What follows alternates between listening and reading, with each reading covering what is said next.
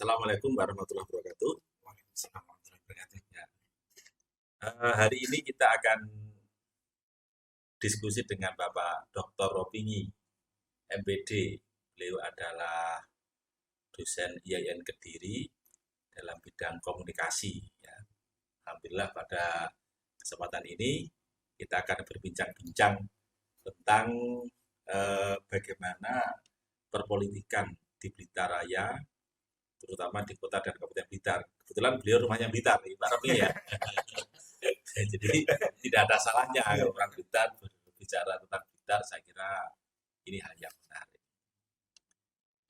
Seperti kita ketahui bahwa pilkada ini kan sudah selesai, tahapannya sudah selesai, bahkan sudah pelantikan. Kira-kira 1 minggu yang lalu lah, Ya. sudah ada pelantikan, dan alhamdulillah pilkada di kota Blitar dan kabupaten ini aman dan terkendali. Kira-kira bagaimana menurut Pak Robi ini selaku warga Kabupaten Blitar melihat prospek pilkada ke depan itu kayak apa? Artinya dari hasil eh, pelaksanaan demokrasi ya, itu pesta Ya, demokrasi pesta di demokrasi. kabupaten itu nanti ke depannya kayak apa? Gitu kan.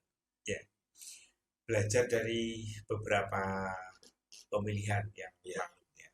Blitar itu menurut saya cukup uniknya, cukup ya, uniknya begini. Kalau dari sisi apa persaingan ya, antar partai politik dan sebagainya, eh, nampaknya cukup seru, ya, cukup seru. Jadi persaingan antar partai, persaingan antar calon itu cukup ya. seru.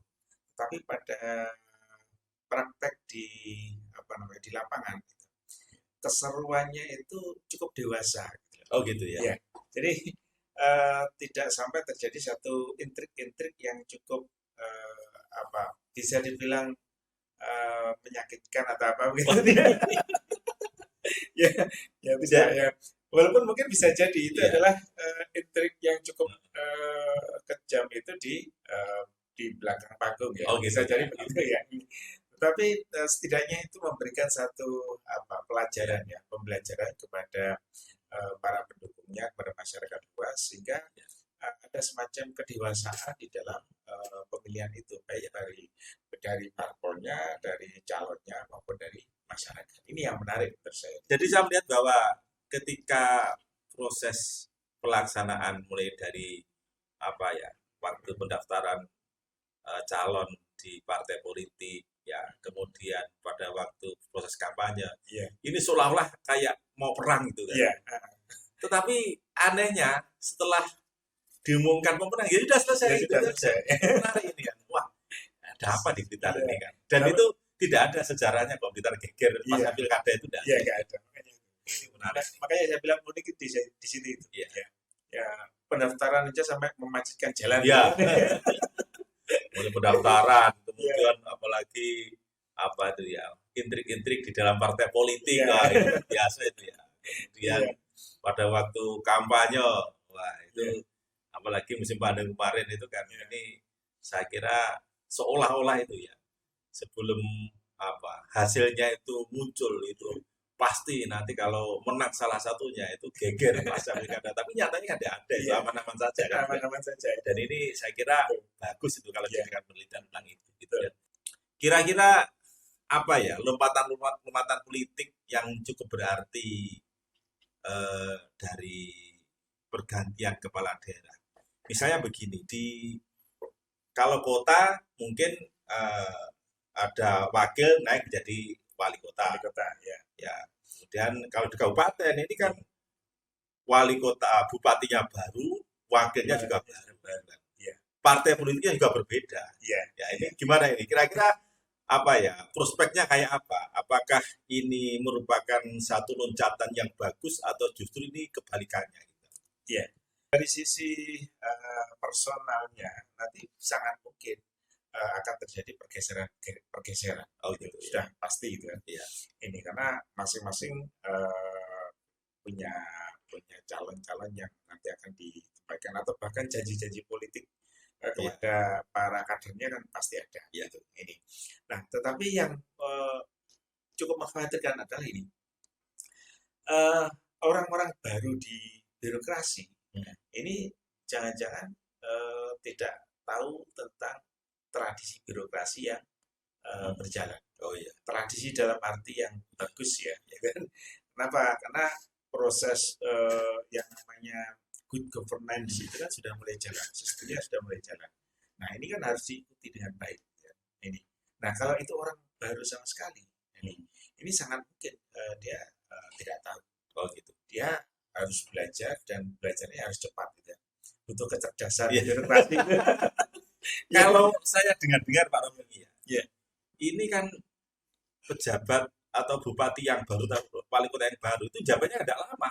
ya, Kalau pilkada nanti betul-betul dilaksanakan di 2024, itu kan cuma berapa hanya ya? 4 tahun Nggak ada, nggak ada. cuma 3 tahun Tiga berapa tahun, bulan ya. kan begitu. Ini. Gimana? Waktu yang sangat pendek ini kira-kira menurut jenengan itu, apakah yang harus dilakukan ya? Ini waktu yang sangat pendek sekali. Ya, Waktu 5 tahun aja itu terasa pendek, apalagi kurang dari 4 tahun. ya. Itulah yang saya bilang butuh kecerdasan birokrasi. Jadi jangan-jangan begini ya. Untuk belajar cepat itu nanti akan membutuhkan bantuan dari para staf ahli. Iya. Ya. Ini. Nah, cuma kemudian bagaimanapun staf ahli itu kan tidak bisa mengisi semua kerangka berpikir para pejabat itu. Iya. Nah, ini. Nah, tinggal bagaimana para pejabat itu bisa memanfaatkan kecerdasannya untuk belajar dalam waktu yang begitu cepat. Ini yang Ya ini tantangannya. bayangan saya kan paling enggak belajar membaca RKKL itu kan 1 tahun lah, gitu ya. Iya, Pengalaman saya di iya, birokrasi kan begitu kan. ini. Kemudian Dan itu kalau nggak cepat paham itu bisa macet itu ya. iya, kemudian nanti persiapan pilkada lagi 1 tahun lagi, Iya, berarti kan 2 tahun itu kan otomatis untuk persiapan pilkada berikutnya dan belajar kan, Iya, gitu kan. iya, Otomatis betul. waktu efektif itu ya sekitar 2 tahunan itu kan, Iya. 2 tahun kurang. Gitu kan. Ini Iya. saya kira yang waktu yang sangat cepat dan sangat cepat. pendek itu ya. Iya. Makanya sebenarnya butuh kedewasaan Iya. berpolitik itu di situ itu. Jadi saya pernah berpikir begini, alangkah bagus ya satu misal ada mantan Iya. itu kemudian menjadi anggota dewan. Oh gitu. Ya, itu menurut saya cukup ini. Kenapa? Karena sudah punya pengalaman bagaimana mengelola birokrasi, bagaimana harus mengembangkan program-program pembangunan, menghadapi satu tantangan-tantangan real di tengah masyarakat, itu kan tidak gampang. Tidak gampang, betul. Nah, ini. Nah, sehingga apa? Di situ nanti akan bisa dijadikan sebagai pengalaman ketika menjadi anggota dewan. Iya. Menyerap aspirasi, kemudian memberikan masukan-masukan yang tepat, sehingga tidak terjadi yang namanya asal mengkritik, asal Nah, sekarang itu kan relatif aut-autan gitu ya. Iya. Belum pernah punya pengalaman birokrasi, jadi anggota dewan. Ngawasi kayak jagoan betul gitu ya. Padahal di birokrasi itu kan luar biasa itu Luar biasa. aturan-aturannya, Aturan-aturannya harus kemudian dipahami. ada pemeriksaan ini gitu. Ya. Wah, itu saya kira ini Ya. butuh pengalaman yang luar biasa Ya, ya. betul. Makanya Kayak kemudian Pak Romi begini, Blitar ini kan kota yang kabupaten kota nih ya, Iya. kan cukup beragam ya. Dari sisi agama, budaya, apalagi dari sisi politik ya.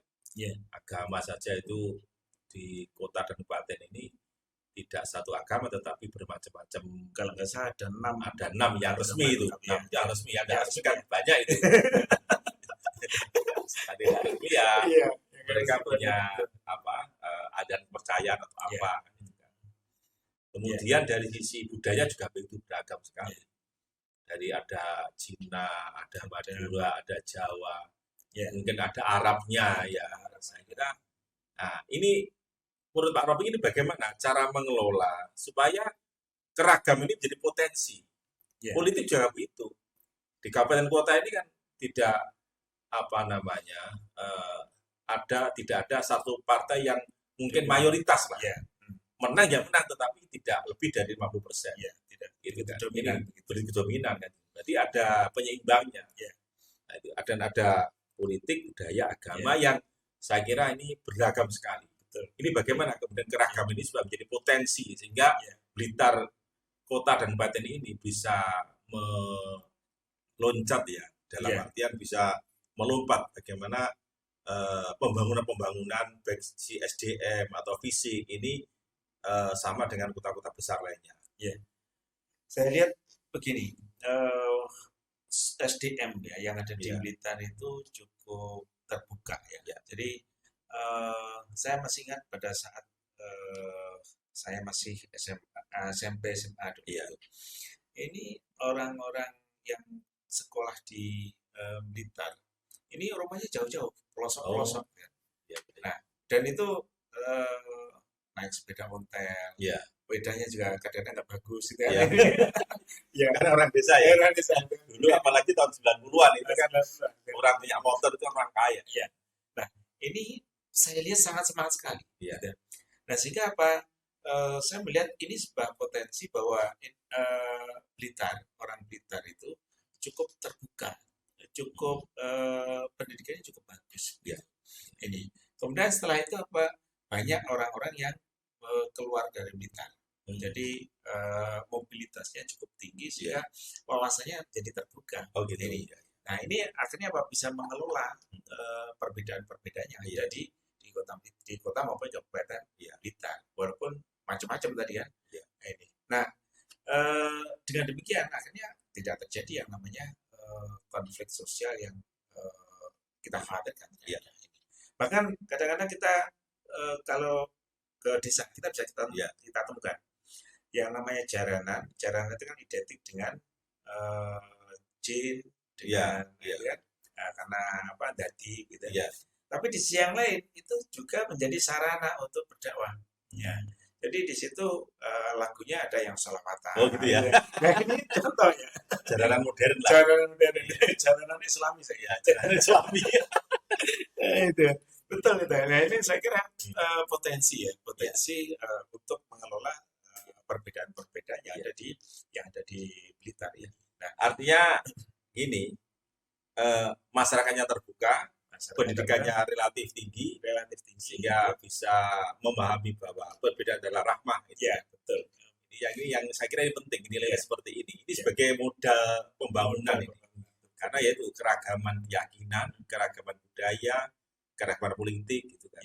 Dan yang menarik itu banyak sekali sarana-sarana yang digunakan itu. Tapi Pak Romi menyebutnya ada jaranan, mungkin ada apa ya, kegiatan-kegiatan masyarakatan yang bisa mendukung itu. Kira-kira apa gitu Pak Romi yang bisa dikembangkan dalam rangka menjaga keragaman sehingga ini menjadi modal di dalam proses pembangunan. Jadi kalau itu dari sisi seni dan budaya Jadi ada jaranan, ada reog yang saya lihat ada reog yang sedikit berbeda dengan yang di Ponorogo gitu ya. Jadi motif-motif atau modifikasi dalam hal budaya. Kemudian dalam hal yang berkaitan dengan keagamaan ada sholawatan, ada banyak kelompok-kelompok itu yang saya kira itu menjadi modal untuk mengelola itu. Nah kemudian yang lain adalah sebenarnya ada kelompok-kelompok yang berbasis pada ekonomi atau profesi ini ada kelompok-kelompok koi kan ada kelompok jamur ada kelompok apalagi itu kan banyak sekali UMKM itu UMKM nah ini menarik ya kenapa karena dengan begitu berkumpul untuk berbicara bagaimana mengembangkan usaha maka perbedaan-perbedaan yang ada itu menjadi di nomor 2-kan. Fokusnya adalah bagaimana bersama-sama membangun usaha, membangun ekonomi dan sebagainya. Nah, di sisi yang lain, dari sisi sosial dan budaya sudah ada kelompok-kelompok tadi kesenian dan sebagainya. Nah, itu adalah modal yang saya kira cukup bagus untuk dipertahankan, bahkan juga dikembangkan. Jadi saya kira potensi-potensi yang ada di kabupaten, di kota ini dikembangkan dengan baik dan itu bisa meminimalisir konflik-konflik ya konflik yang horizontal ya, horizontal yang ada. mungkin berbasis agama, budaya atau dan Ya. lain sebagainya. Dan ini ditangkap oleh para pemimpinan daerah. Oh gitu ya. Ya. Saya lihat kan ada semacam ini, semacam pameran-pameran yang diselenggarakan oleh pemerintah. Kan? Iya. Nah ini saya kira sangat bagus. Kenapa? Karena masyarakatnya sudah berswadaya membentuk kelompok-kelompok itu. Nah, ini kemudian pemerintah daerahnya memberikan ruang untuk mempublish, untuk mempromosikan dan sebagainya, sehingga semacam gayung bersambut antara masyarakat dengan pemerintah. Ya, itu. Saya kira itu perlu dikembangkan Pak ya ke depannya. Ini saya melihat begini, dari sisi keragaman agama ya, kita ketahui bahwa Islam di kota dan kabupaten ini kan mayoritas, Ya. kemudian ada Protestan, ada Katolik ya, ada Konghucu, ada Hindu, ada Buddha kan. Ya.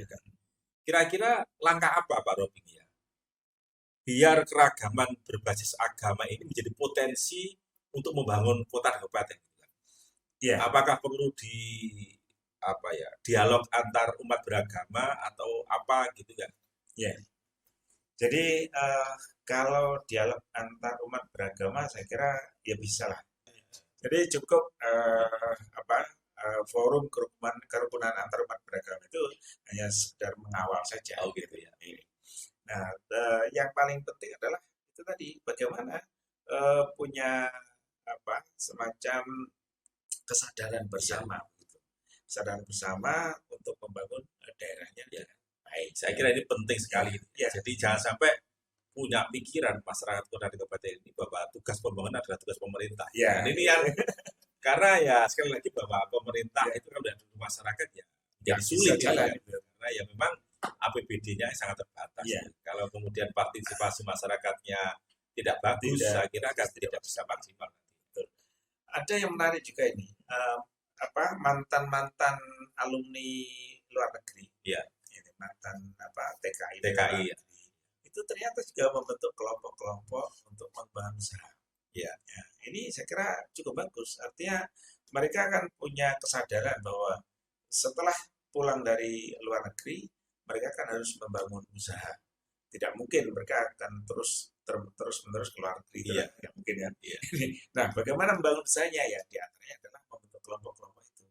Dan sudah ada produknya ini. Dan produk itu sebagai juga sudah dipromosikan melalui media-media yang difasilitasi oleh pemerintah daerah. Ini yang menurut saya cukup bagus untuk. Dan ini Pak Robin ya, saya tidak tahu ya datanya bagaimana. Yang jelas Kabupaten Blitar ini luar biasa tenaga kerja yang ke luar negeri. Nah, ini saya tidak tahu, tidak berbasis data, cuman beberapa informasi itu kan ternyata tenaga kerja kita yang ke luar negeri itu jumlahnya luar biasa. Blitar, Tulungagung mungkin sebagian Kediri ya.